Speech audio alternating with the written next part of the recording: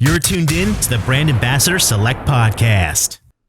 Welcome back to the Brand Ambassador Select Podcast, where we are showcasing the coolest brands and gifts while featuring movers and makers. I'm your host, Lenore, and Thomas Hong was on a mission to find delicious plant-based meat alternatives and created the vegan jerky, the Vegky. So they have a shiitake mushroom jerky that does not compromise taste and quality. So Thomas, welcome to the Brand Ambassador Select Podcast. Thank you for having me today. I'm very excited to be here. Oh my gosh, I already started eating and the entire team has already started eating some of your Vegky, the traditional mushroom, shiitake mushroom jerky. Now, what was the inspiration behind this? Because this is your baby. Yes, it is. Well, I've always wanted to start a vegetarian restaurant, one of those buffet restaurants where you could choose however much you like. From my travels to Asia, I've seen a lot of amazing vegetarian food, vegan food that you don't get here in the West. And I thought about starting a restaurant, but I don't want to put in that much work because the restaurant business is really tough. So I thought, let me start off small, let me take some baby steps, and let me just sell something that's shelf stable, a product that I'm very passionate about, and see where it goes from there. So, like, why jerky? Like, specifically, like, out of all types of food, why did you choose jerky? Was it the easiest that you can kind of combine materials with? How did that work? You're right. It is easier than frozen or refrigerated food because it's simpler to and easier, and sometimes in a way you can see it's less competitive than trying to compete for frozen food or refrigerated food space in supermarkets. So I came across a product and I fell in love with it. I was overseas in my home country of Taiwan, and I went to this vegetarian store and I started buying things that I thought that I thought looked good, I could bring back and try out. And that really stood out. And I was like, wow, I really got to share this with the West. It's something that, because I've tried a lot of different types of vegan jerky, and this one, in my opinion, was the best. So what makes it a little different than other vegan jerky products? Like, is there an ingredient? Is it just your love? Like, what's the difference in there? This one is made from the stem of shiitake mushrooms. So mushrooms have the top part, which is the cap, and the stalk or the stem, which is the bottom part. And that part's a part that most people just throw out, and they just eat the top part, the cap, which is like a bit rubbery and chewy. The stem is what I call a hidden gem of the mushroom. It's very meaty and fibrous, and they've learned to make that into a meat-like jerky, and it tastes really good, doesn't it? I mean, we already started having some, so I'm going to open it up just so we can show exactly what the specific jerky, looks like. I feel like can I rip it apart? Yeah. Okay, cool. So is that what you mean by like it's thick? Yeah, you start ripping it apart and you can see the texture.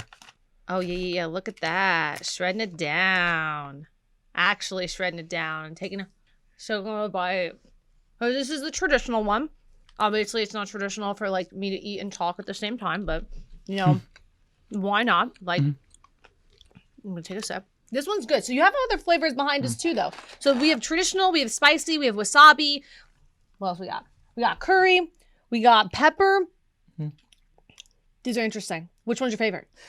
My favorites are the spicy and the curry, but they all sell pretty well. The go-to flavors are certainly original and the spicy. The other three flavors like curry, wasabi, black pepper. Black pepper is like the third best-selling one, and then the curry and the wasabi is a little bit more of an acquired taste. Some people may think that the wasabi is super spicy, which it isn't. It's very mild. Like a you mild or like a normal person mild? Normal person mild. Yeah. Because I'm like normal mild. I don't like the extra hot. Yeah. Because I may need some milk with that. Normal mild. Yeah. It's not like people think wasabi sushi, it's going to send flames up my nasal passages, but it's not like that. It's really mild. I don't know which one to try next. Spicy. No, come on. We just talked about how I'm not... Okay, fine. We'll try spicy. We got spicy in here too, right? Yeah. Mm-hmm. Okay. Yeah. So I'll leave our nice display and take out of our goodie bags. Spicy. Thomas, you're going to... I'm lucky I have water. Here, you do the honors. Okay, I'll open it. It's based on the original, but it just has chili pepper, those chili flakes and chili powder on it. Oh no! Oh, I take one. I see it's 3 extra carbs. That's it. That's what I'm looking. I'm looking at the back. This seems like a very keto-friendly type of product too. Yeah. Because 6 grams. Okay. I'm nervous. Is it gonna be that hot? No. Honestly? Yeah. I like this better than the original. Yeah, that's my favorite flavor. Yeah. It's not that much of a... I mean, I can feel some of the spice on my hands. But, yeah, this one is... I like this one better than the original one. Wait, no. I got a bite. It's in there. Yeah. Okay. I feel it now. I definitely feel it now. But this one's not my favorite. Okay. This is awesome. Wait, what is this inside? Did I... Oh, I don't want to put my food in there. My hands... It's an oxygen absorber. Ooh, so that helps keep it longer? Yeah.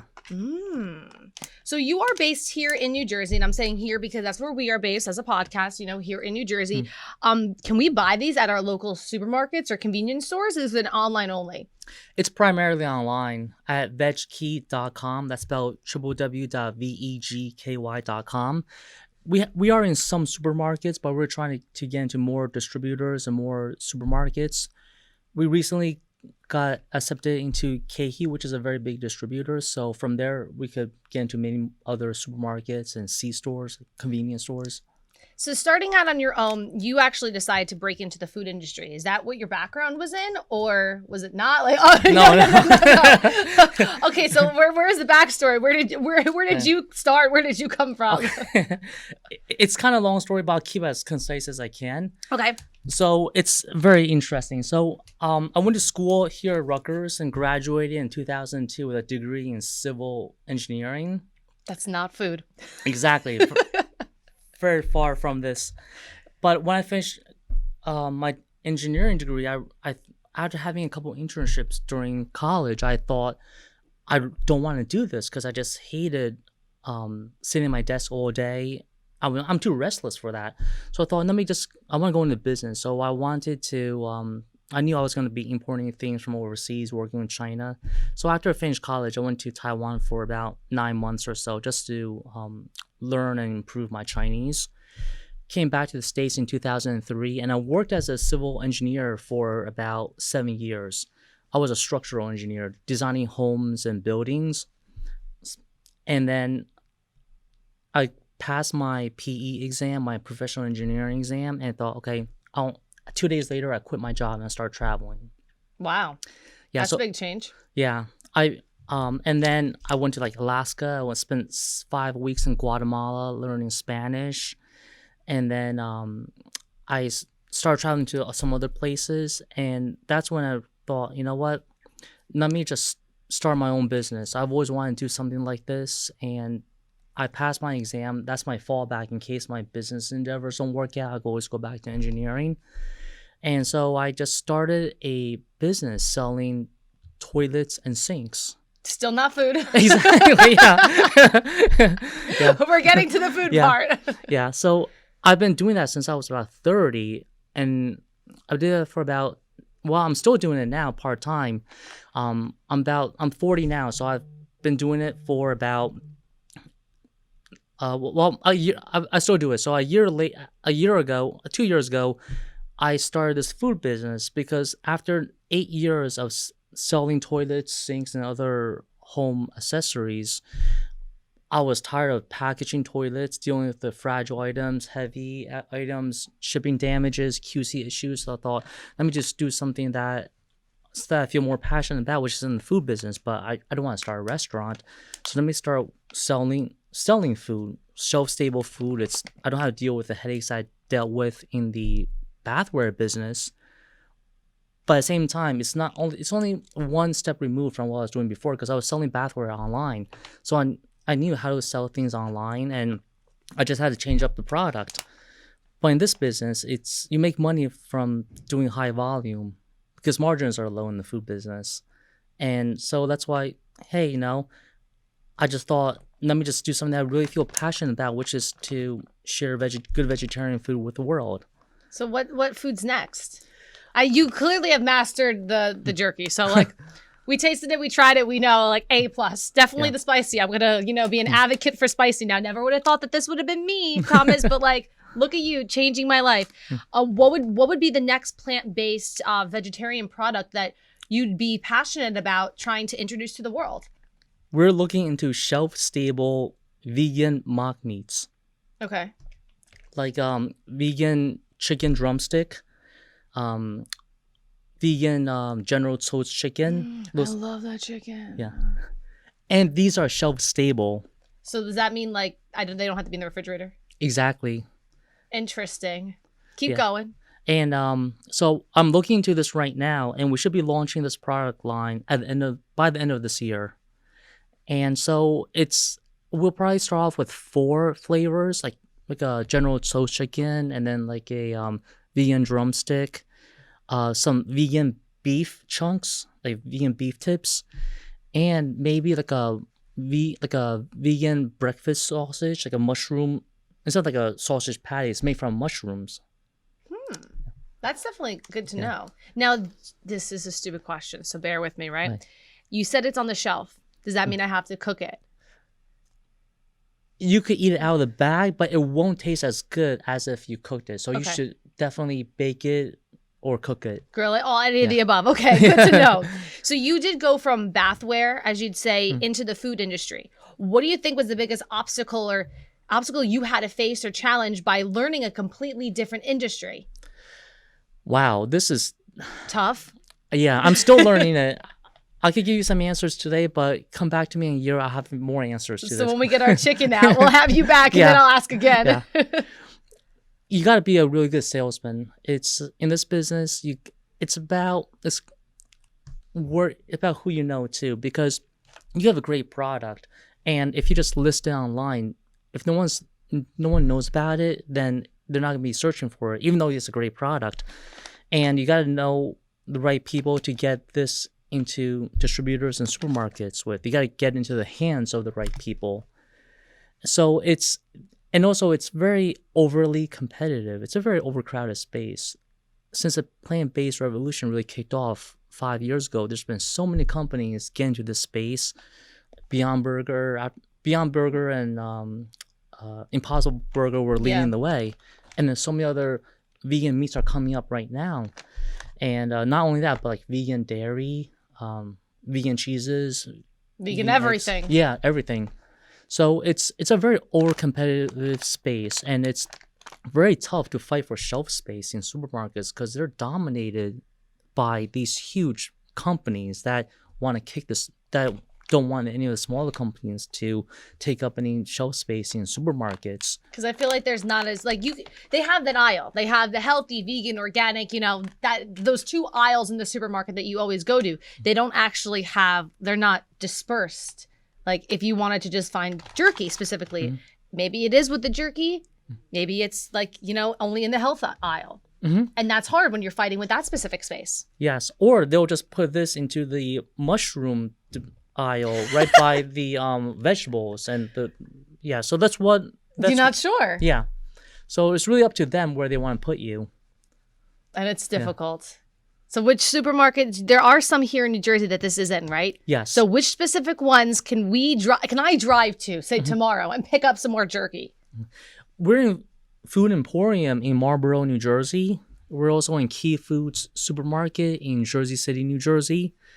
And expanding. Yeah, we're expanding. And we're also in LaGuardia Airport and San Francisco Airport. We sell to the Marshall Trade Group, who owns casinos and different convenience stores and airports. Now, if we wanted to buy your jerky in bulk, can we hit you up for that? Absolutely. You're like, please and thank you. We have them in cases of 50. You could buy it from us and in wholesale with our wholesale pricing and sell if you like, or just if you have a jerky addiction, we cater to those people too. Trying to give favors out for a party, snacks for everybody at work type of thing. Now I do see, I'm going to look at this one in front of me, so I'm not turning around. Oh, no, we ripped it off. So this one, I see that the expiration date is, what year are we at? 2022? Yeah, that says 2022. So give or take about 2 years that the shelf life is. Yeah, about 14 months from production. And once it hits shelves, it should be about 12 months because they give it another 2 months after production to hit shelves. So 12 months. However, I've opened up some of the old packaging from like almost 2 years ago. I tried it and it still tastes good. So those expiration dates I hear, you know what I mean? Like they're not like they want you to sell more. Exactly. Yeah. If it's like dairy or some refrigerated food, you got to pay attention to the expiration date, meat, dairy. But if it's shelf stable chips, snacks, the date is just like it can last longer than the date. And there's not many ingredients. So I have the spicy one in front of me because obviously now this is my favorite. All it is just the shiitake mushroom stem, the salt, soy sauce, soybeans, sugar, 5 spice powder, and the chili powder and the chili flakes. Yeah, that's what I felt. White pepper, potassium, nothing out of the ordinary that should make anybody health conscious worried about. Not at all. We are trying to roll out a 6th flavor that is soy free and gluten free. Mm-hmm. This does contain soy sauce, so it contains some soy and very minute amount of gluten, and we can't label as gluten free or soy free because of the minimal amount. Yeah. And I understand that. Yeah, so we do have, it is becoming a trend. So, and there are people that are allergic to gluten and allergic to soy. So we're looking to roll out a 6th flavor. Awesome. So I can get that and my General Tso's chicken later in the year. Absolutely. That's what I hear. Yes. Awesome. That sounds great. So you can grab any of your Vegkys at vegky.com. That's VEGKY.com. You can check them out on Facebook, Instagram, Twitter. Facebook at Vegky Foods, on Instagram at Vegky, on Twitter at Vegky1. Check them out on YouTube too at Vegky. Thomas, thank you so much for joining us. And I have a new snack. Like I don't like that many things. And this is now, you got me. Thank you very much. Thank you. Thanks for having me. Oh, 100%. I can't wait to share this with everybody. Now, that is a wrap on another episode of the Brand Ambassador Select Podcast. I'm your host, Lenore. Hit that subscribe button so you never miss one. More at brandambassadorselect.com. And we'll see you next time as we're going to head off and enjoy our Vegkys.